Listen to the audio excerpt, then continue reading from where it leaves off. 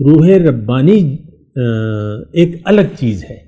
وہ جب انسان ماں کے پیٹ میں 4 مہینے کا ہو جاتا ہے تو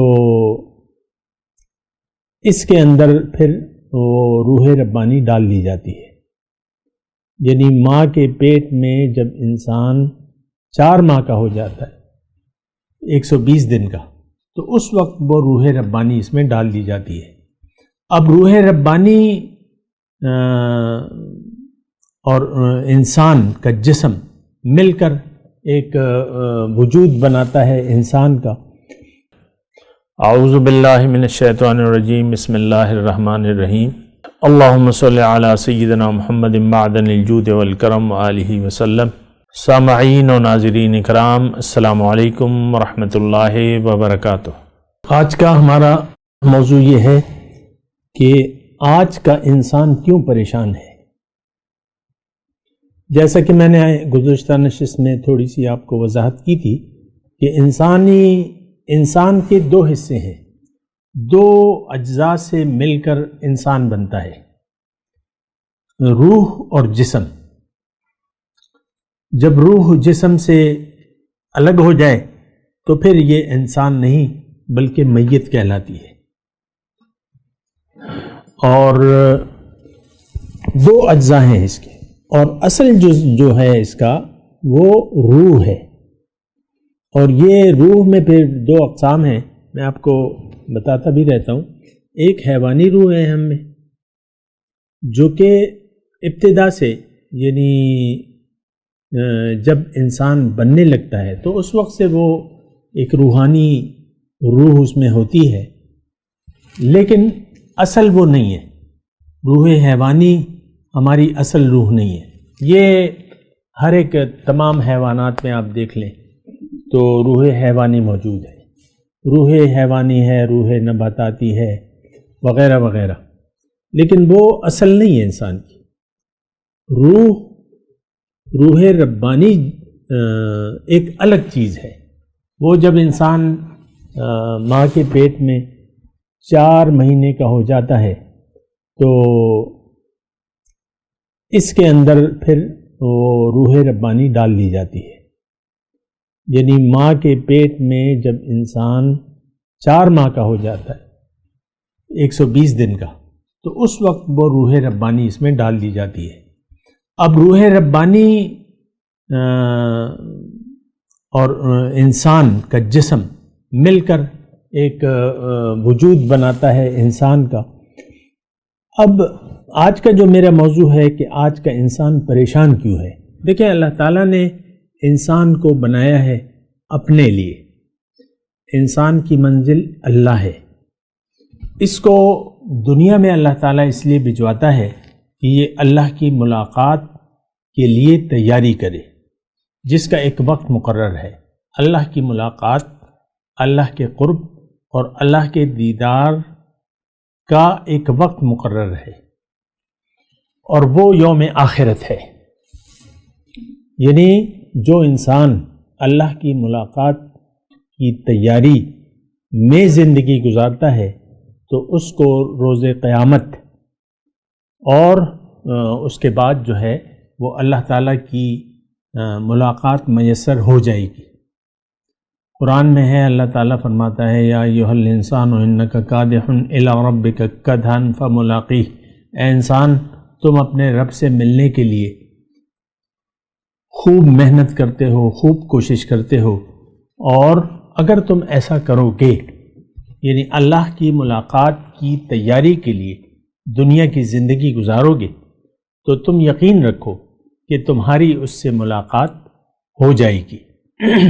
ایک بات تو یہ نوٹ کر لیں کہ ہماری منزل اللہ ہے، اور ہم نے اللہ کو منزل بنا کے اللہ کے راستے پر چلنا ہے اور خوب محنت کرنی ہے۔ یہ دنیا دار العمل ہے، دار الجزا نہیں ہے۔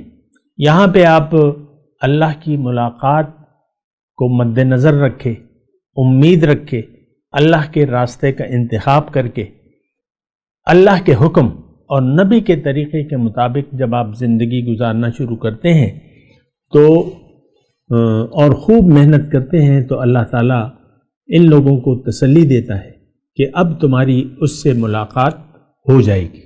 بہرحال اب دیکھیں انسان کی ایک منزل ہے اور منزل اللہ، اور ہم نے یعنی جو انسان اپنا مقصد حیات پورا کرنا چاہتے ہیں، یعنی زندگی اللہ کی ملاقات کی تیاری کے لیے گزارنا چاہتے ہیں، تو پھر ان کو، اس آدمی کو، اس شخص کو، اس انسان کو اللہ کو منزل بنا کے اللہ کے راستے پر چلنے کا عزم کر کے اللہ کے حکم اور نبی کے طریقے کے مطابق اس کو زندگی گزارنا ہوگی۔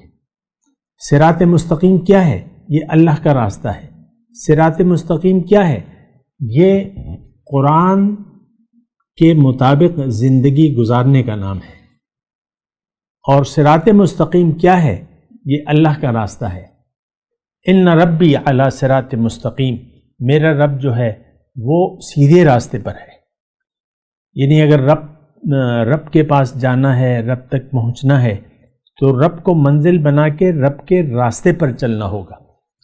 لیکن اگر انسان اپنے مقصود حیات کو بھول جائے، ظاہر کی زندگی پر دھوکہ کھا لے، اس کو اصل سمجھ لے اور اسی کی طرف رخ کر کے اور دل سے اللہ کی یاد کو بھلا کے اگر یہ زندگی گزارنا شروع ہو جاتا ہے تو روح بڑی پریشان ہو جاتی ہے، کیونکہ روح ایک وجود رکھتی ہے، ایک احساس رکھتی ہے، اور اگر انسان اللہ کی یاد سے منہ موڑ لے اور اپنا رخ ظاہر کی طرف کر لے اور ظاہر کی کامیابی کے لیے ہی اپنی زندگی کو وقف کر دے، تو اس کے اندر کا انسان یعنی وہ روح اور وہ روح ربانی جو ہے وہ پریشان ہو جاتی ہے۔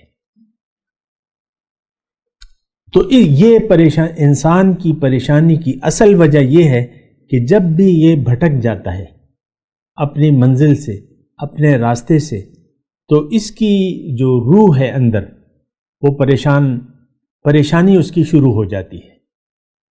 اللہ تعالیٰ نے قرآن میں فرمایا من اعرض عن ذکری فإن له معیشۃ ضنکا، جس نے بھی میری یاد سے منہ موڑ لیا تو اس کی زندگی میں اس پر تنگ کر دوں گا۔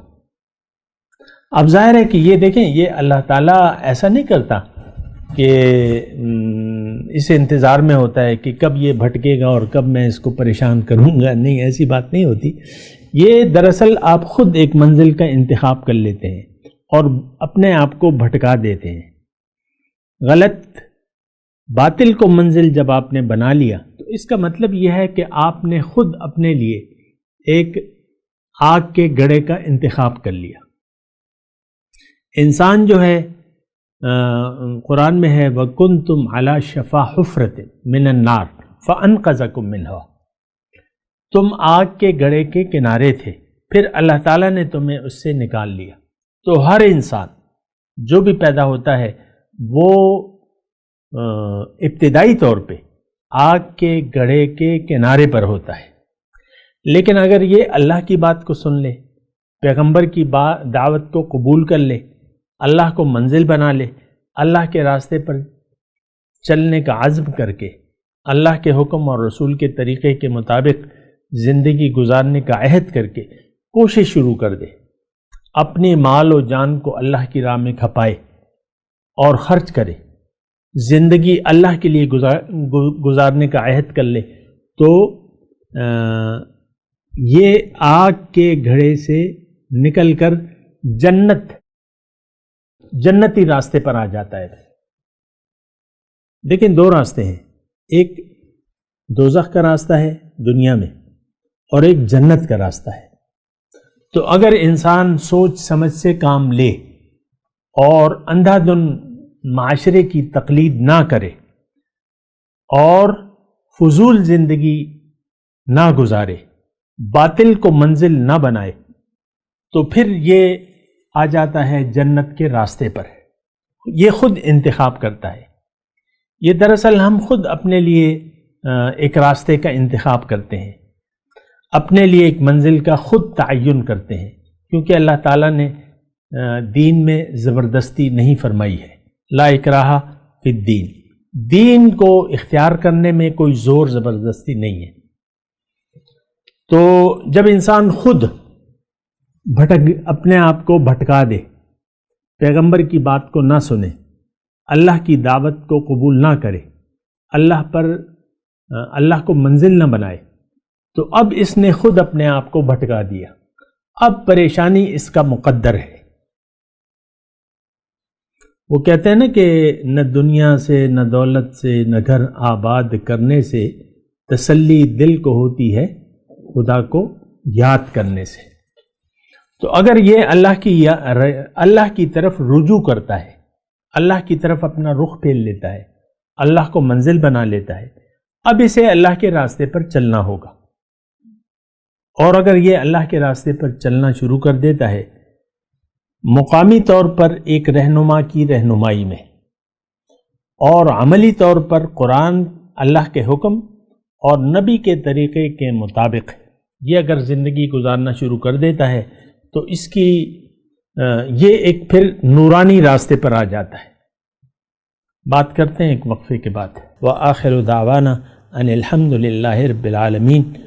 مولاي صل وسلم دائما ابدا على حبيبك خير الخلق كلهم.